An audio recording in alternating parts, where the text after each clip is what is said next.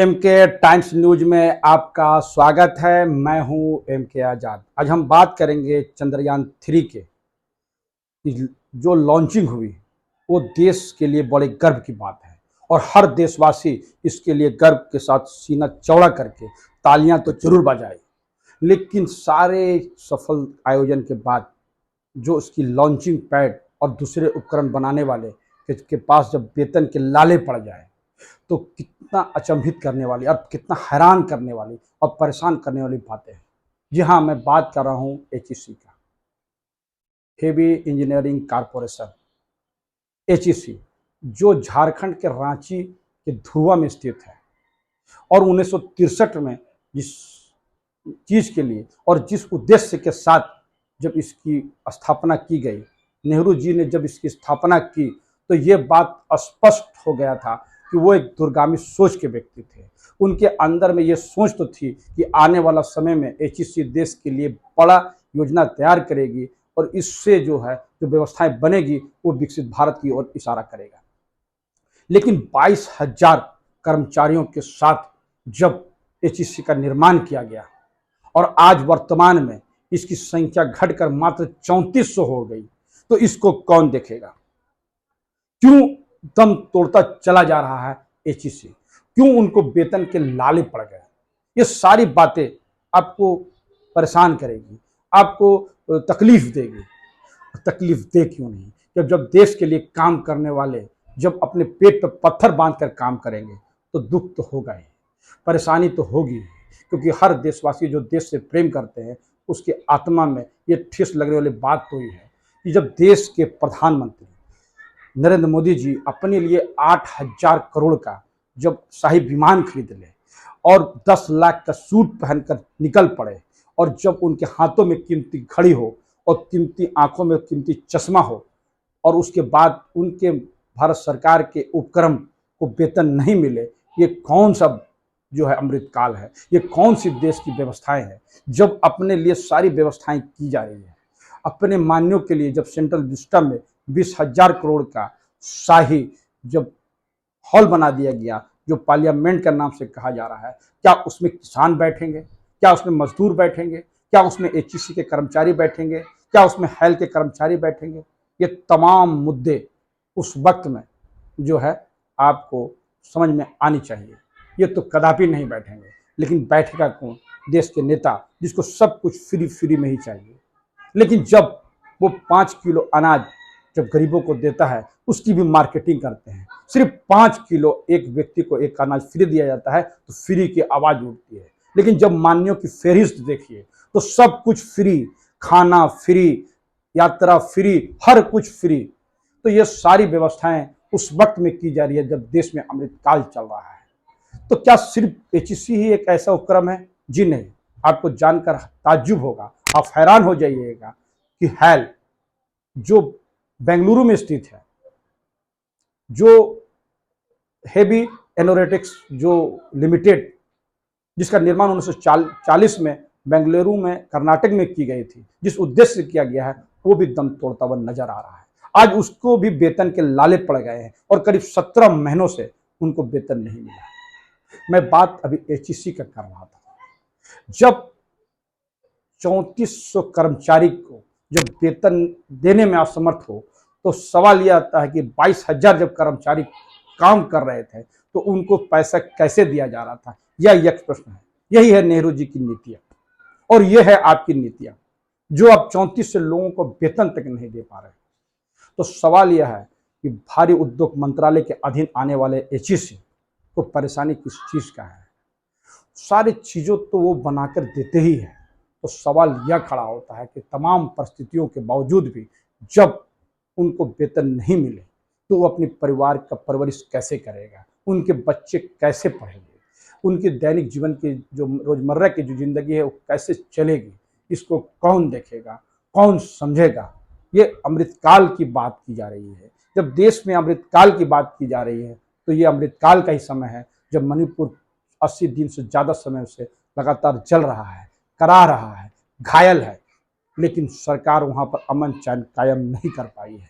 वहाँ पर तमाम मशक्क़तों के बावजूद भी वहाँ पर जिस तरह से घटनाएं घटते चले जा रही है, वो आदमी को परेशान कर रहा है। लॉ एंड ऑर्डर के मामले को लेकर लोग परेशान हैं।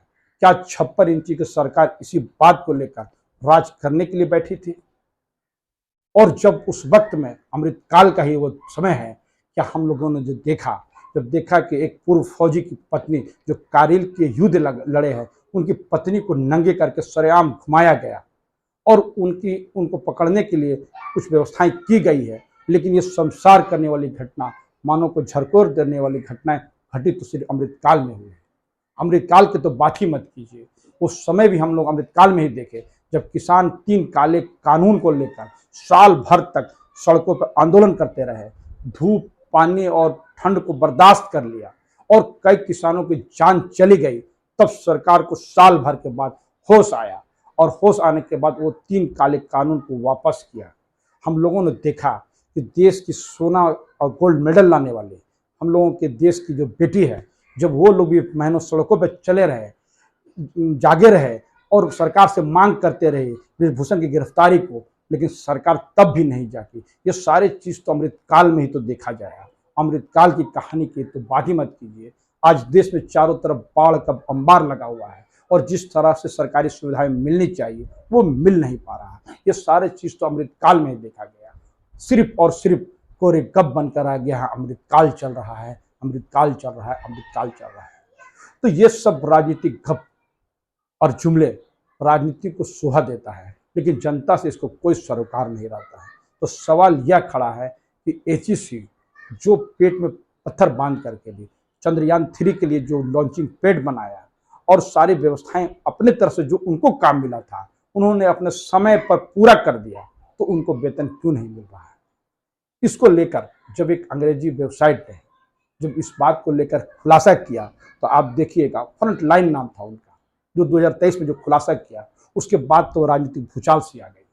और उस भूचाल का जो सही जो मकसद है वो मेरा यही है कि सरकार जाग जाए। लेकिन सरकार जागे कैसे जब वो 22,000 से घटाकर 34,000 पहुंची और जब उनको वेतन तक नहीं दे पा रही है? तो सवाल यह उठता है कि ये होगा क्या। और सवाल यहाँ भी खड़ी होती है कि सिर्फ और सिर्फ एचईसी, उसे मदर ऑफ ऑल इंडस्ट्री कहा गया, यह मदर ऑफ ऑल इंडस्ट्री, और उसकी जब ये हालात है तो आप समझ सकते हैं कि देश में कौन सा अमृतकाल चल रही है, कौन सी व्यवस्थाएं चल रही है। ये समझने की जरूरत आज लोगों को है। एचईसी के बाद जब हम बात करते हैं हेल का, तो हेल का भी जो है यानी हैवी एनोरेटिक्स जो लिमिटेड है, जिसकी स्थापना 1940 में बेंगलुरु में कर्नाटक के अंदर की गई थी और एक समाजसेवी ने जब इसका निर्माण किया था। और आज ये भी एक उपक्रम भारत सरकार का सार्वजनिक जो प्रतिष्ठान है उसको भी 17 माह का वेतन नहीं मिल रहा है। और ये वायु सैनिकों के लिए रक्षा संयंत्र बनाती है।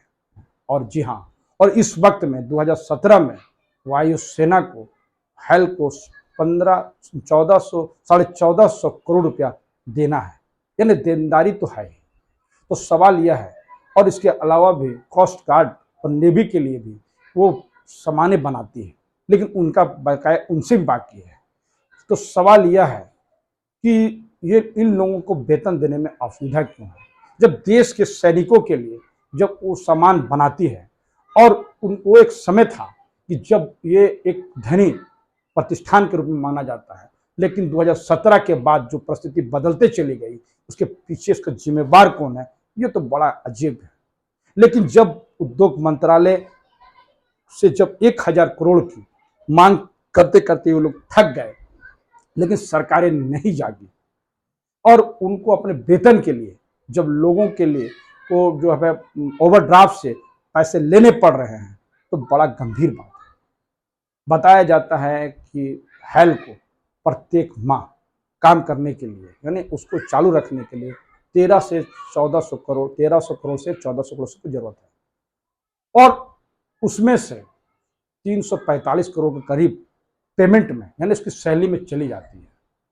और इस वक्त में जो बकाया है, जो वायु सैनिकों के पास है, मंत्रालय के पास है, वो उनको दे नहीं रहा है। तो सरकार को इसकी कौन समावेश करेगा, कौन इसकी सूद लेगा?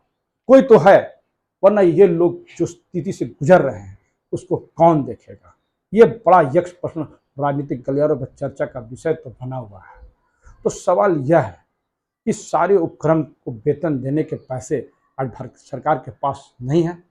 अपने लिए उड़न खटोला खरीदने के पैसे हैं और सेंट्रल विस्टा में अपने लिए सारी सुविधाओं के साथ लैस आपको पार्लियामेंट तो चाहिए ही है, और बात इसके लिए सुरक्षित करने की हो तो सारे कुछ तो मान्यों के लिए है, गरीबों और कमजोरों के लिए तो कुछ नहीं है। मजदूर और किसान तो सिर्फ और सिर्फ अमृतकाल का नाम ही ले सकता है, अमृतकाल का आनंद तो कदापि नहीं लेगा। और अमृतकाल का कोई आनंद ले रहा है तो सत्ता के बैठे हुए चंद लोग ले रहे हैं। वो सारे लोग तो नहीं, लेकिन चंद लोग तो अवश्य लेते नजर आएंगे। आप साफ देख सकते हैं कि ये हो क्या रहा है। सवाल एचईसी का हो या फिर हैल का, मजदूरों को और उनके कर्मचारियों को पैसा नहीं मिलना, वेतन नहीं लेना, ये कितना बड़ा अपराध है। क्योंकि दिन भर वो काम करेगा, अगर उनको सैलरी नहीं मिलेगी, उनको अगर मजदूरी नहीं मिलेगी तो अपने जीवन को चलाएगा कैसे?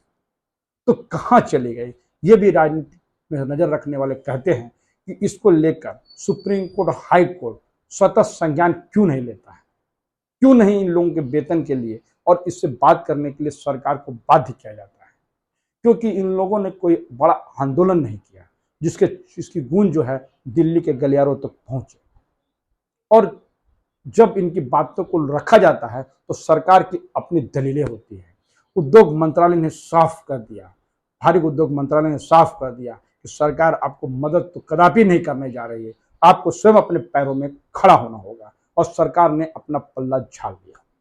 तो क्या एक साजिश चल रही है कि इस हैल को और एचईसी को बेचने की अंदर से तैयारी चल रही है?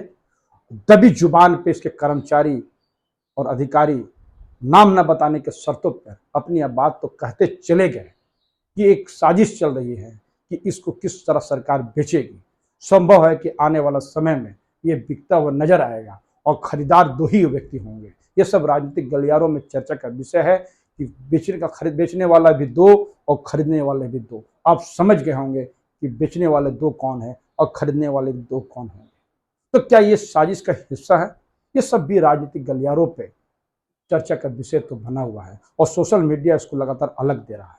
लेकिन दुख तो तब होता है जब देश के लिए सब कुछ निछावर करने वाले, जब देश के सैनिकों का सज्जा बनाने वाला, सामान उपकरण बनाने वाले को वेतन नहीं मिले, जब एचईसी जो मदर ऑफ ऑल इंडस्ट्री है उसको जब वेतन नहीं मिलेगा तो सरकार को नैतिक आधार पर इस्तीफा तो बनता ही है। लेकिन इस्तीफा की तो बात ही मत कीजिए। सरकार अब इस्तीफा तो बिल्कुल नहीं कहती। एक समय था जब रेल मंत्री एक रेल एक्सीडेंट में अपना जो है इस्तीफा सौंप देते थे। यहाँ तो तीन ट्रेन का एक साथ एक्सीडेंट हुआ और जिस तरह से दिखलाया गया, आपको दिल दहला देने वाली जो घटना नजर आई और सैकड़ों की संख्या में लोग मरते चले गए, करा गए, कुछ लोग घायल हैं, तो ये नैतिकता में तो इस्तीफा बनता ही नहीं है। तो ये सारी बातें इस्तीफा जो बातें हैं, नैतिकता का बात वर्तमान सरकार पर तो लागू नहीं होती है, ऐसे राजनीति में नजर रखने वाले कहते चले गए। तो सवाल यह है कि एचईसी और हैल की स्थिति को सुधारेगा कौन?